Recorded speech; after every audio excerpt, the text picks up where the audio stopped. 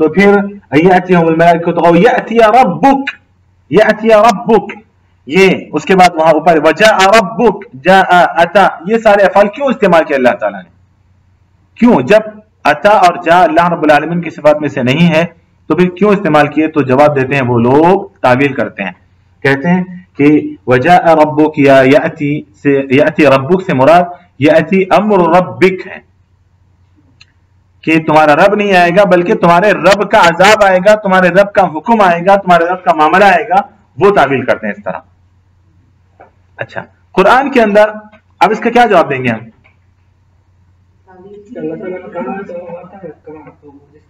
نہیں، اب وہ کہہ رہے ہیں کہ نہیں، اللہ رب العالمین جس سے یاتیا، سب سے پہلا جواب اس کا یہ ہے، سب سے پہلا جواب اس کا یہ ہے کہ اللہ رب العالمین نے قرآن میں ذکر کیا، تعویل جائز نہیں ہے، ٹھیک ہے؟ اللہ نے اپنی جو صفت ذکر کی ہمیں ویسے ماننا ہے۔ دوسرا، اگر ہم مان بھی لیتے ہیں آپ کی بات، آپ کہہ رہے ہو کہ تمہارا رب کا معاملہ، تو پھر یہ بات خود تمہارے خلاف جا رہی ہے۔ کیوں؟ قرآن کی ایک اور آیت جس میں اللہ رب العالمین نے، کون ہے حافظ یہاں پر؟ اتا امر اللہ، یہ دیکھیں یہ دوسری آیت ہے، ابھی مل گیا اچانک، اتا امر اللہ۔ بھئی جب اللہ رب العالمین کا عذاب یا حکم آتا ہے تو اس کے اللہ تعالیٰ کیا کہتے ہیں؟ اتا۔ تو جب جو اللہ ایک جگہ امر اللہ کہہ سکتا ہے تو دوسری جگہ وہ کیوں نہیں کہہ سکتا؟ تو وجاء امر ربک والملک صفا صفا کیوں نہیں کہہ سکتا؟ ہو کہہ سکتا ہے وہ۔ هل ينظرون الا ان ياتيهم الملائکۃ او یاتی امر ربک، یہاں بھی تو کہہ سکتا ہے، کہہ سکتا ہے کہ نہیں کہہ سکتا؟ تو جو اللہ نے ایک جگہ پر آتا امر اللہ کہہ دیا، واضح طور پر تعویل کی ضرورت ہی نہیں ہے، جہاں پر اللہ کا عذاب آئے گا وہاں پر اللہ نے وضاحت سے کہہ دیا کہ اتا امر اللہ، اور ایک جگہ پر حتی یاتی امر ربک والے الفاظ ہیں ایک اور آیت کریمہ میں۔ جی اقرائی۔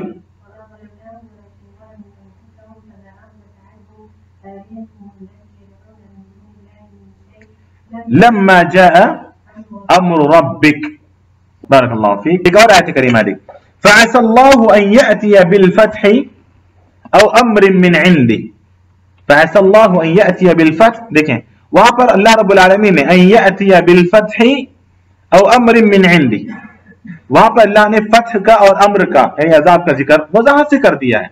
تو اس کا جواب اہل سنت والجماعت کے علماء یہی دیتے ہیں کہ اگر تم تعویل کر کے کہتے ہو کہ جاء ربک میں رب نہیں آئے گا بلکہ امر ربک ہے، اگر وہ یہ کہتے ہو تو یہ دلیل تو خود تمہارے خلاف جاتی ہے، یہ دلیل، یہ بات خود تمہارے خلاف جاتی ہے، کیونکہ تم نے ہمارے دماغ کو اور کھول دیا، کیونکہ قرآن کے اندر اللہ رب العالمین نے امر اللہ اور امر ربی اس طرح کے الفاظ، امر اللہ، اللہ رب العالمین جب یہ کہنا چاہتے ہیں کہ تمہارے رب کا عذاب آئے گا، تمہارے رب کا حکم آئے گا، تو اللہ نے وضاحت کے ساتھ لفظ امر کا استعمال کیا ہے، تو وہاں پر امر آئے گا۔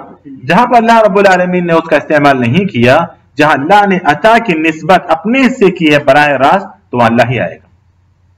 کیسے آئے گا؟ کیفیت ہمیں نہیں پتا۔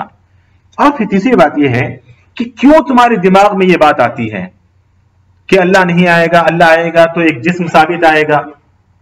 بھائی اگر آپ عقلی بات کریں تو اللہ رب العالمین کے آنے کو آپ چھوڑیے، اس کی مخلوقات اتنی زیادہ ہیں، ہم دو کسی مخلوق کو کھڑا کر کے دیکھیں تو اس کا آنا الگ ہوتا ہے، اس کا آنا الگ ہوتا ہے۔ جانوروں کو دیکھ لیں، سانپ کا آنا الگ ہوتا ہے اور پھر کسی گائے بکری کا آنا الگ ہوتا ہے۔ انسانوں میں دیکھ لیں، سست انسان کا آنا الگ ہوتا ہے، چست انسان کا آنا الگ ہوتا ہے۔ تو اللہ کی جو مخلوق ہے، ایک جنس کے آنے میں اس قدر اختلاف ہے، تو اب اللہ کے آنے کو آپ کیسے سوچ رہے ہو کہ اللہ کا آنا اگر ہم مان جائیں گے تو ایک جسم ثابت آ جائے گا؟ یہ اس وقت دماغ میں بات آتی ہے جب آپ اللہ کے آنے کو اپنے آنے کی طرح سمجھتے ہو، تبھی آپ کی دماغ میں یہ بات آتی ہے کہ اللہ رب العالمین آئے گا نہیں۔ پھر اللہ رب العالمین کیسے آئے گا نہیں پتا ہمیں، کیونکہ ہم نے اللہ کو دیکھا نہیں ہے، اور اللہ رب العالمین نے اپنے آنے کی کیفیت نہیں ذکر کی ہے۔ ہاں، میرے آتے ہوئے جو احوال ہوں گے، وَيَوْمَ تَشَقَّقُ السَّمَاءُ بِالْغَمَامِ وَنُزِّلَ الْمَلَائِكَةُ تَنزِيلًا، یہ ساری چیزیں اللہ رب العالمین نے حالات ذکر کی ہیں۔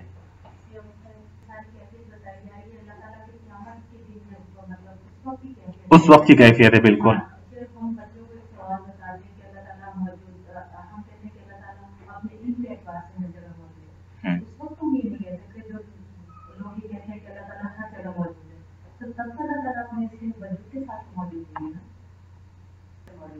ہاں مطلب اللہ کا علم موجود ہے، اللہ جانتا ہے، یہ مطلب ہوتا ہے اس کا، اللہ کی ذات موجود نہیں ہے. ہاں قیامت کے دن کی بات کہ اللہ رب العالمین اپنی ذات، اللہ کی ذات کا آنا ہے. بالکل بالکل اس میں لفظ عطا کا تذکرہ نہیں، ینزل ربنا ہے، اللہ کے نزول کا تذکرہ ہے، وہ بھی صفت ہے. شاید یہاں پر ذکر ہو گیا ہے کہ وہ صفت نزول اللہ رب العالمین کا، تو وہ بھی کس طرح ہم نہیں جانتے کہ اللہ رب العالمین کس طرح نازل ہوتے ہیں آخری آسمان پر، ہم نہیں جانتے.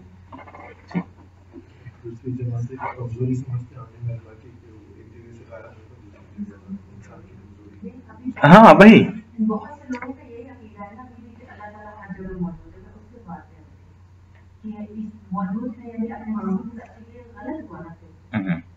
اپنے جسم کے ساتھ اللہ رب العالمین کا جسم